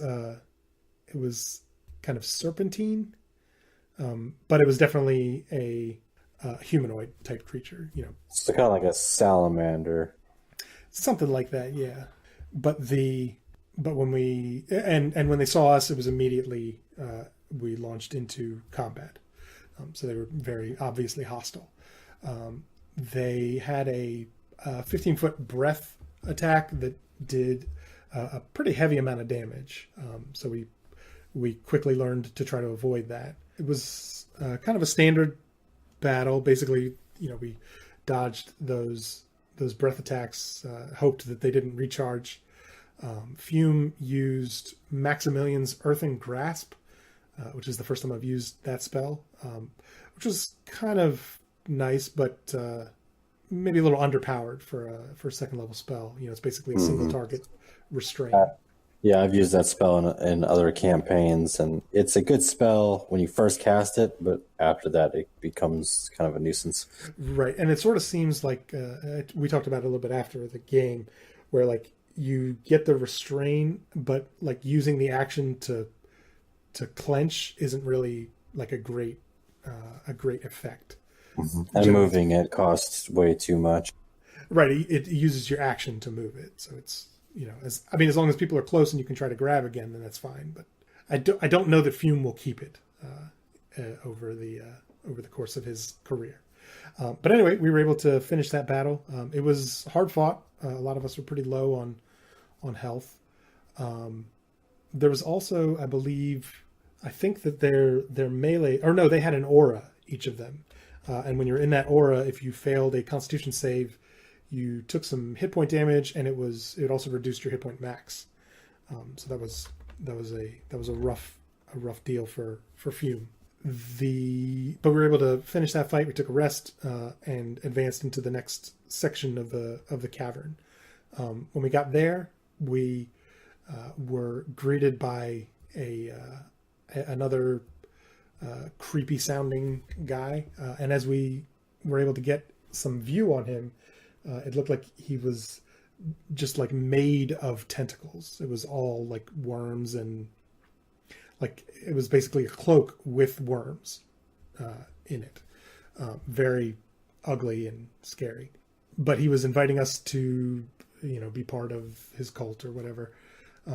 Eventually, Fume cast Friends, which is a cantrip that doesn't get used a whole lot. But I can't imagine that went over well. So it gives you a minute with advantage on charisma checks, but then after the minute they turn hostile. And we asked a couple questions, didn't come out with much extra information, and I knew that my minute was running out, so I told Fume. By the way, this cavern had there was kind of there was land around the sides, and then in the center there was a large pool. So as the minute was running out, Fume told the guy, he said, "Hey, I think you should take a bath. I think you should take a dip in the water." And the guy said, "It's occupied." And so we all ran away from the water before the minute came up. And then basically after a minute was up, the guy turned hostile. And at the same time, I'm not sure if it was definitely some sort of beholder kin. I don't know exactly what it was, but it was an eye with stalks and rays that it would shoot out. Yeah. So I think in the Volos there's a smaller version of a beholder that's a lesser CR rating. Mm-hmm. That might have been what Brandon used for that scenario. Yeah, yeah. I mean, functionally, that's what it was. It wasn't a full on murder beholder, but it had it definitely had some unpleasant stuff to pitch around, and it also was covered in this rust as well. Obviously, the minute ended and we entered into combat. There were a lot of effects, like the beholder would force somebody to be frightened, and it wasn't a bunch of damage. Also, it was just frightened, and that was something we had to work around. Eventually, the Fume again used Tasha's Hideous Laughter. This time, nobody interrupted it, although it was saved against, I think, after 1 or 2 rounds. And then the creature basically beelined for Fume because it was pissed about that. It was able to down Fume, who he was not killed, but he was knocked unconscious. The rest of the group was able to finish and be victorious in the fight. And when the worm guy was defeated, basically the worms just flittered out into the pool and disappeared. And he said something like, "I'll be back," or "This isn't over," something like that. So, with the idea that I'm sure that there's another piece of this arc to come. But the group was successful in eliminating the threat. The mushrooms, as far as I know, were still there. They didn't seem to dissipate. As we were coming back through, we found that about half, there were like 10 kobolds. 5 of them, I guess the rust had infected them too severely that they just, when the effect of this rust was eliminated by taking out the worm creature, they just died. You know, their bodies had already become too infected. But we got 5 of them that did survive. And they were returned to Jig, who provided us with rewards and high fives and whatnot. Nice.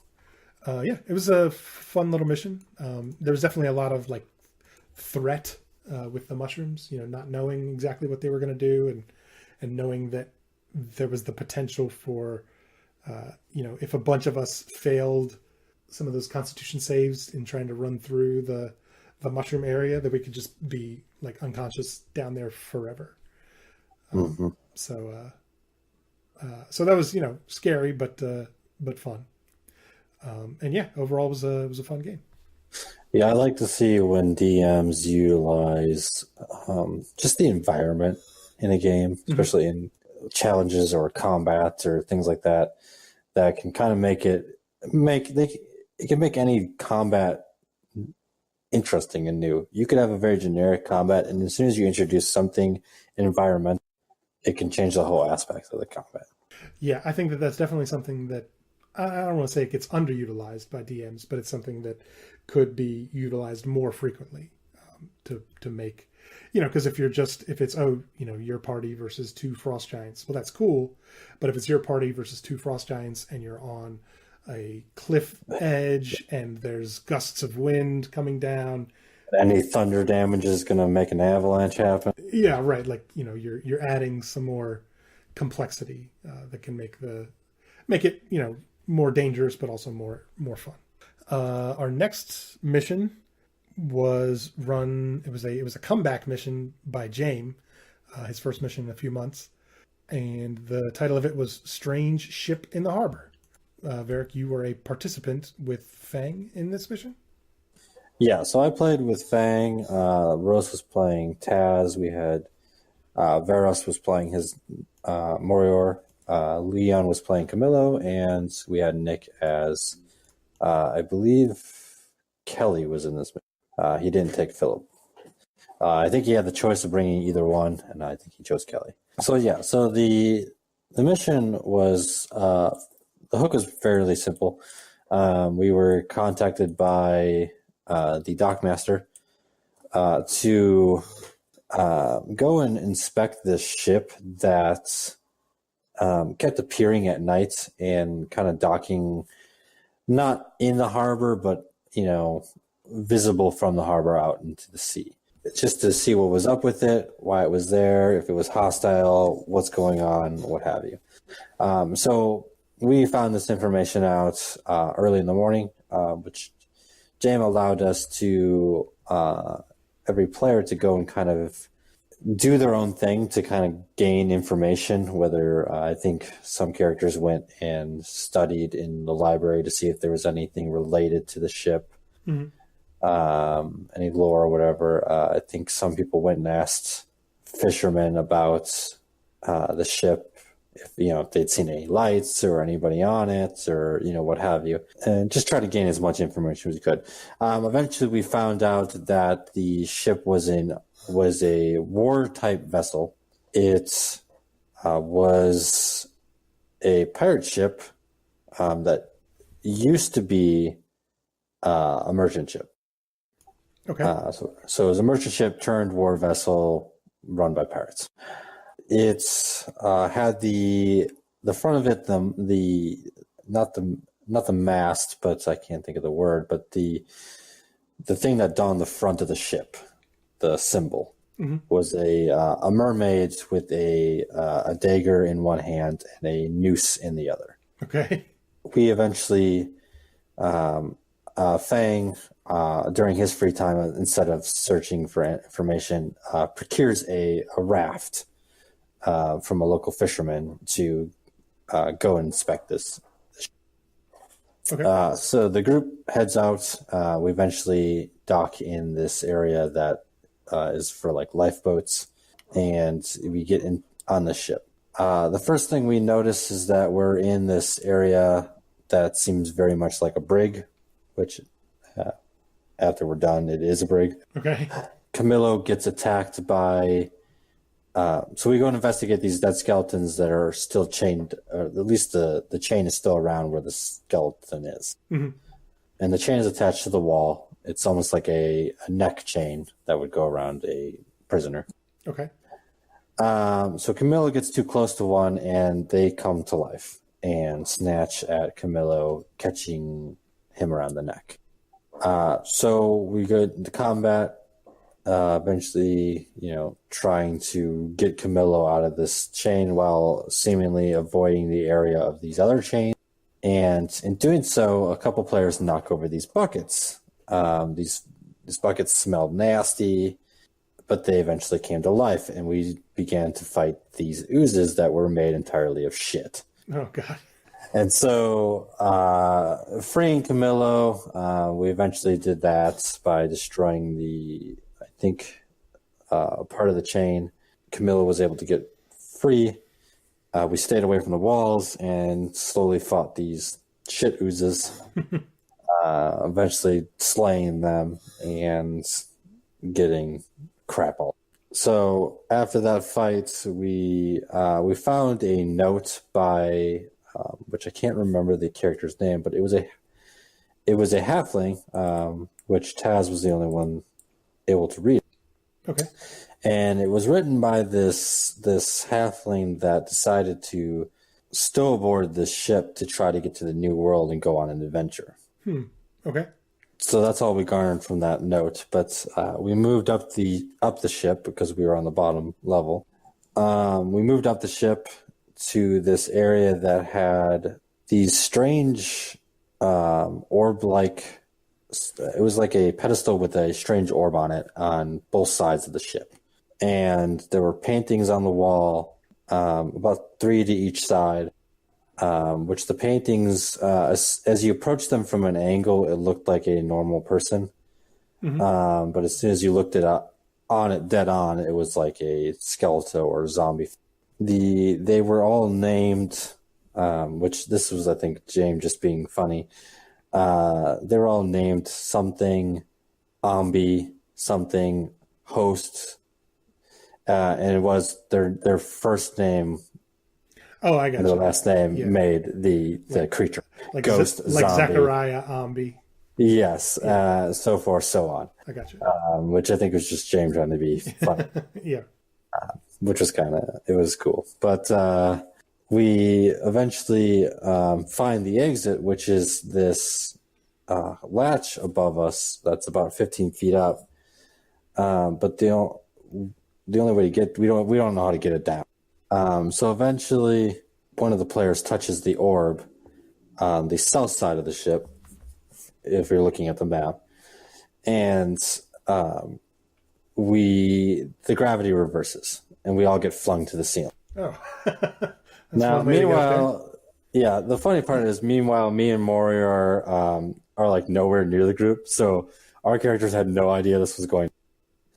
So we're like just getting flung to the roof for no reason. But what we didn't know is the group didn't look up to see that there were spikes all around on the ceiling. Oh, good. So a lot of us take damage. Some of us avoid it by trying to like roll out of the areas of the spikes. But Brandon, using Camillo, transforms into some kind of bird to fly around in this reverse gravity.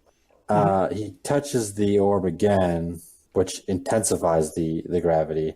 Oh, damn. It touches it a third time, intensifies it even more to the point where we can only move like 5 feet, trying to avoid spikes. And finally realizes that the orb on the other side is the one that reverses it in the other direction, Right? Which is where the door is. So what we do is we eventually reverse it back to normal gravity. Camillo, who's in this giant eagle form, lifts up Taz, who eventually just brings the door down and gets up there and finds that there's like a ladder up there like a rope ladder to knock over. So we didn't even really need to touch the orbs, to be honest. So we go up this rope ladder into this area that is full of the cannon. Now these cannons are moving around And as soon as our group kind of went a little bit deeper in to the room, these cannons came to, and it wasn't it was kind of a cool thing because it wasn't combat. We treated it like combat in the sense that all the players went at once, Okay. but you had like a 6-second window. Right. But these cannons were shooting at us as we were trying to run through this area. And the cannonballs were like, I don't know, I said they were made of rubber because they apparently ricocheted off of walls. But you were just basically trying to avoid these cannon shots as you made it to the other side of the room, which was kind of a unique little puzzle / skill challenge kind of thing. So we get to the other side. It doesn't take us too long.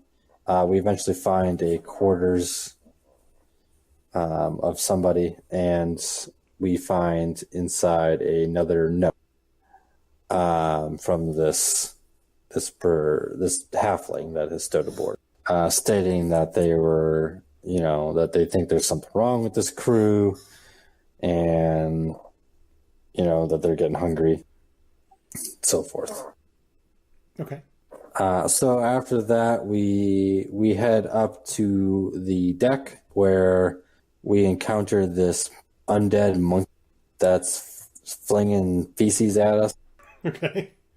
It's a lot of poop in this mission. There's a lot of shit going on. But eventually we go into this. Fang decides to go and try to knock down this metal door, but first he decides to check if it's open. There's this giant, like two-doored, like almost like a French door, attached to the cabin, which we assumed would be the captain's quarter. I tried to open it as Fang, and there's been only 2 times in this that I know of in this guild that a door mimic has come into play, and both of my characters have touched them. So Fang was stuck to this door mimic. So a fight ensues. We got this monkey flinging feces, which gets scared off eventually by Camillo because he's still in birth. And the rest of us are downing this door that is trying to attack Fang. The fight doesn't last too long because eventually we can all just kind of back up and kill this mimic that doesn't want to move. But we take the door down, we get in, we find the final note of this halfling that talks about just how they're going to have to try to find food, and that this people here, they don't even think they're actually going to the new world, and that there's just like a lot of crazy stuff going on with this crew, that there's a mutiny that happens and what happens. So we decide to go. We get through this door. It's not the actual captain quarters. So we decide to go to the other side of the ship where we think that must be where the captain's quarters is. There is these like lines in the ship, in the middle of the ship. Taz kind of just runs through them. Okay. They break apart, and Taz falls into this tank full of water where we begin to fight like this mini kraken. Okay. Which it was a cool fight because while there was the main kraken part that was in the center of the ship, you could kill its tentacles, which could also make attacks and reach out all across the ship. Okay. So it allowed it to stay in one spot, but yet attack players that were far. So Taz was in the middle there. Luckily, Camillo had put water walking on all of us. So Taz was just kind of standing on this water, attacking this thing. My character eventually decided to, for those of you that know Asher, pull an Asher move and jump on this creature and basically ride. So he grappled this creature and was holding this creature above water so that it couldn't submerge itself and try to escape, because Fang also had water walking on too. So the creature couldn't drag him underneath the water because he was standing on the water holding the creature above it. How big was this thing? It was probably... It was like large? Huge. But yeah, so the fight went on. The 3 other players slowly destroyed the tentacles while Fang and Taz took care of the main. It was a fun fight. I don't think it was super challenging, but you don't always need a super challenging fight to make it fun. But eventually we dealt with the mini Kraken octopus thing, and we headed into the main captain's quarters, where we were confronted by the same undead monkey, who didn't attack us this time, but we were also confronted by this spectral ghost. And the spectral ghost was notices that we're not the person that he's looking for. The spectral ghost is looking for someone that betrayed him and his crew, which ultimately was their down. And this character, which a lot of the older members will know, goes by the name of Hank Bizzo, which was a player's character a while back that killed a lot of pirates. Also, he was a character that worshipped a goddess that took the form of a mermaid. That's right. I remember that. So that's where the mermaid with the knife and the noose came into play. So they were a group that worshipped the same goddess as him, which was a goddess that I believe was supposed to be favorable to those that were lost at sea. Okay. So it was worshipped by a lot of people that were very much seafarers, essentially. But yeah, so we found that information out. Since this is a player that is no longer with our group, it was kind of a little bit hard to garner where his character. So I believe one of the players mentioned that he could be at this Pirates Cove, which was a game run by Malachi, a different player in the group. Right. So that's where we kind of ended it, that the ship decided to go sail to this other location to find this character. We headed back to inform the dockmaster of what we could and get our reward. Cool. Well, it sounds like James had a lot going on for his first mission back. Mm-hmm. It was a lot of fun. It was he had mentioned at the end that it was a mission that he had, one of the first missions he ever done. He just retweaked it and redid it because a lot of the people in this group had never played in it. Yeah, I think probably everybody in the group. I remember hearing about that mission, but it having been a long time ago, like one of the first couple missions that the guild ever had. So it was cool to see, just Jam getting back to his roots and coming back in.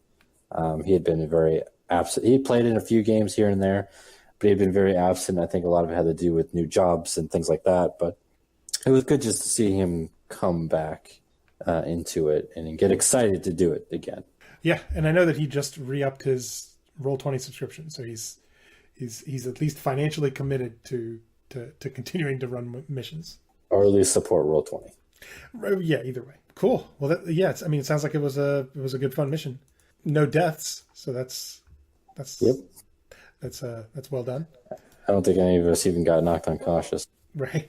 Cool. So the last mission from October was on October 31st, and it was appropriately a Halloween-themed mission. Once again, I was not a participant, but you were. So again, I will let you take the lead. This was run by Roast, and the title of the mission was Barkeep Needs Ghost Peppers. So yeah, this was a fun mission. I had a lot of fun playing this one, and because it was not really, while it was a mission, it was just supposed to be a silly, let's celebrate Halloween and just have some. So the mission was that the bartender needed some ghost peppers, and the only way to make these ghost peppers was to use these gnomish devices that Roast had been tinkering with. These devices allowed you to suck up the spirit essence of ghosts and transform them into these peppers. Okay. And a lot of the devices that were given to us were they were all assembled off of the Ghostbusters packs, the Proton, what have you. So it was a very Ghostbuster themed mission. So we were all given a pack. We were also all given this one tracking device. We were given one tracking device. We were all given 4 packs. And then we were also given a trap to put the ghosts into to create these ghost peppers. Mm-hmm. So it was kind of fun. People had a lot of fun of it. I named mine after Luigi Mansion's little vacuum. Okay. Some players named theirs after other things. We were having fun naming what the damage would be. Some people, I had nostalgia damage. Some people had, other things. Movie damage, I think, was one of them. It was just kind of a fun game to mess around with. So when we set off, we encountered this bridge where we found one ghostly, which it was just, thematically, it was just a white that he just made into a goat. Mm-hmm. So we fought the white. These ghost wolves joined in later, which the group were eventually able to, capture them in their beams and hover them over this trap to get their ghost peppers. So it was a lot of fun trying to, there was a lot of rolling to counter check grapples and things like that. But it was a lot of fun. The combat was, it was a lot of on the fly rule changing. Obviously, because none of this was legit D&D. But eventually, we get through that and we go into the mansion where we're supposed to go. And we had multiple encounters in the mansion with different ghosts. A lot of them doing the same methods, a lot of the same trapment. We eventually fought Slimer, which is the very iconic ghost of Ghostbusters. Right. And I would say we did about 3 or 4 encounters. We probably played for about 2.5 to 3 hours before there were still more encounters in the mansion. But the group was it was getting late. They were tired. So I think a lot of people just decided, let's just end it here. We had fun. It was a good game. And we're like, let's just go back. I think we had 11 peppers at that point. Mm-hmm. More than enough. Yeah. So it was 100 gold per pepper to split amongst us. So on top of getting 100 gold for even going out. So we were kind of satisfactory with what we got. But, the combats were fun. It was engaging. It was a lot of just, trying to trap ghosts and trying to, I got to play my character Fang completely different than, I think everybody played their character a little bit different than normal for it being just a funny mission. I mean, I had him rushing in a lot and busting down doors and shooting randomly at walls, just getting super excited. And then, I know Caduceus was kind of being more of like the scientific kind of guy. And it was fun to see just the different sides of characters or just players having fun, essentially. Cool. Yeah, I mean, I feel like Roast, I know as a player, I enjoy him because he's pretty creative and he has a lot of, kind of outside the box ideas. And it makes sense that he would, in setting up missions to run, would have the same sort of, setting up environments and mechanics that are sort of operate on their own and encourage players to go outside of their normal comfort levels. Mm-hmm. Well, the thing too is he mentioned at the end of the game that his original thought was to do a ghost ship, which James kind of threw that one out the window with the mission being 3 days prior. Yeah, right. His ghost ship. So he went back to the drawing board, and this is what he came up with: was just to do a fun Ghostbuster themed mission. Cool. Well, I mean, it sounds like it was a success. Yeah, it was a lot of fun. I mean, we didn't get a whole lot out of it, but it's not about the rewards. It's really about just the experience. And I would say out of the games that I've played here, and I've played in quite a few, and I've run quite a few, that would probably would rank in my top 3 as one of the funnest games I've. Nice. Yeah, so that's an encouraging note for Roast and for all potential new DMs that you don't have to be a veteran to make something exciting and it doesn't have to even involve that much D&D. Right. Yeah. No, I mean, you can explore a lot of creativity and create a fun D&D game. And I think one of the nice things about ours, where it's a community with a lot of one-shots, is that you have a lot of freedom if you just want to make your one game do something ridiculous where it's not going to, have a complete change up on an entire campaign arc. Like you can do this crazy thing and know that, the next time you play a game, you're not going to be able to drag Slimer into a trap. Like that's not, it's a unique experience. Well, cool. Well, that is the last game for October. I don't know if we have any games on the schedule for November yet. I know that Nick said that he's got one pretty much ready, and I have the next mission for my Glaylin versus Mind Flayer arc in the works, and I'm sure we'll have plenty more games to come. Yeah. So like there's a lot there's a lot brewing. Yeah, I know. I got my Crimson Tide coming in there somewhere. I'm hoping to at least get one game in this month. Cool. Yeah, I mean, I think everybody's excited for more D&D. I do have one announcement that I would like to make at the end of this. I think would be something cool for people to. Cool. I mean, we're pretty much at the end of it, so fire it up. I am having a kid. Hey, that's great. I will not edit this part out of the podcast, so you can. Oh, thanks. You can rely on people who listen to the podcast to know the news. Alrighty. That's great, man. Congratulations. Thank you. Cool. So we can expect a brief period of more participation and then a complete drop off. Exactly. I'm gonna be like Solus. Yeah, you might. Your head might come up over the water every 3 weeks. Yep, exactly. Well, cool, man. Yeah, that's great news. Definitely a nice way to wrap up our podcast with some news for the future. Is there? I was going to say, is there anything else you'd like to say? But I mean, that's how are you going to? I think that's a good way. Just you're not going to be able to top there. that. So that's the end. Cool. Well, once again, thanks to everybody for listening. We'll have another podcast sometime in mid-November. Topics to be determined, and then once again, beginning of December, we'll talk again about the games for November. So make sure you run games for November. Varic, once again, thanks for being on the show, and congratulations again. Yeah, thanks for having me. And we will talk to everybody else soon.